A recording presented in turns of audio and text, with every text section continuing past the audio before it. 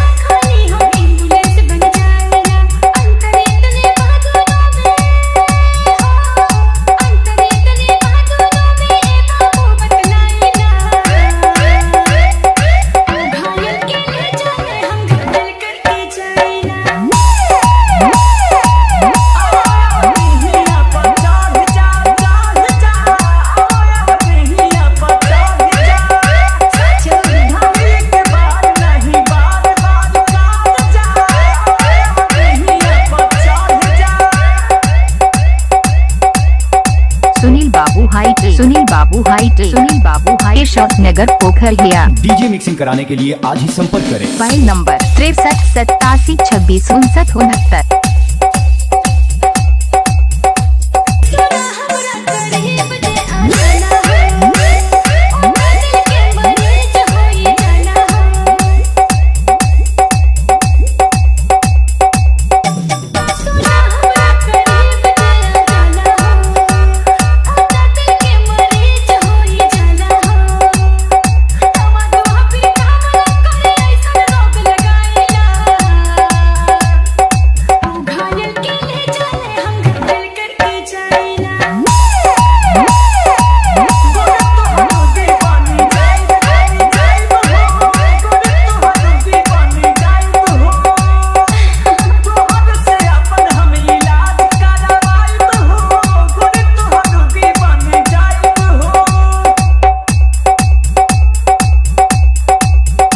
सुनील बाबू हाइट, सुनील बाबू हाइट, सुनील बाबू हाइट, शॉप नगर पोखर गया। डीजे मिक्सिंग कराने के लिए आज ही संपर्क करें। Mobile number 63 87 26 59 69।